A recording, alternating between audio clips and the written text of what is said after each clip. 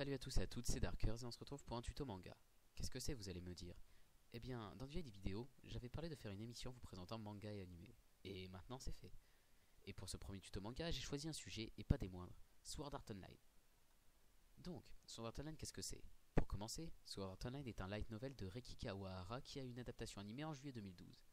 Cet animé est probablement mon préféré, donc je vais tenter d'être objectif un maximum en vous le décrivant. Pour commencer, de quoi ça parle? Kirigaya Kazuto est un lycéen un peu geek sur les bords. L'histoire commence le jour de la sortie du nouveau VR MMORPG, un MMO comme on les aime mais en réalité virtuelle. Kirigaya se connecte donc à ce jeu et commence son histoire en tant que Kirito. Seul hic, au moment de se déconnecter, il se rend compte que le bouton de déconnexion a disparu. Quelques secondes plus tard, le GM demande aux joueurs de se réunir et leur apprend que s'ils veulent sortir de ce jeu, il faudra le terminer. Outre son thème original, pourquoi c'est cool SAO? Pour commencer, attardons-nous sur la forme. L'anime est magnifique, les paysages incroyablement beaux et les personnages vachement bien faits. Franchement, regardez-moi cette image, c'est pas magnifique? Et de plus, les OST sont vraiment magiques. Rien que le fait de les réécouter après te fait revivre tous les grands moments de SAO. Mais parlons maintenant du principal, les personnages et l'action. Tout d'abord, il y a une flopée de personnages plus ou moins bien approfondis, ayant chacun au moins un épisode qui lui est consacré.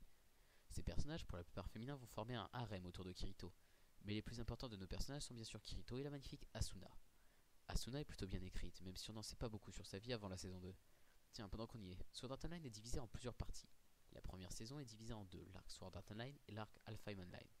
Quant à la saison 2, elle est divisée en trois parties, Gun Gale Online ou GGO, l'arc Excalibur qui est très court, et enfin l'arc Sleeping Knights. Je vais tenter de pas spoiler, mais je vais vous donner mon avis sur ces différentes parties. Pour commencer, le premier arc de SAO, de l'épisode 1 à 13 ou 14 de la saison 1, est très bien. Il est souvent considéré comme le meilleur et je le pense aussi. L'action est cool, les persos le sont aussi. On adorera l'histoire Kirito-Asuna et la badassitude de Kirito. Le deuxième arc dans Alpha Online est un peu moins bien foutu, même si je le trouve pas si mal que ça, contrairement à certaines personnes qui crachent dessus allègrement. La plus grosse critique que je pourrais faire sur cet arc serait sans doute son personnage féminin, Sugua, la cousine de Kirito qui est en fait amoureuse de lui, et qui pour nous n'est qu'un obstacle à l'amour entre Kirito et Asuna. Ensuite, pour la saison 2, l'arc Gun Gale Online est plutôt moyen. L'action est un peu manquante et il y a beaucoup trop de flashbacks de ce qui s'est passé alors qu'ils étaient enfermés dans SAO.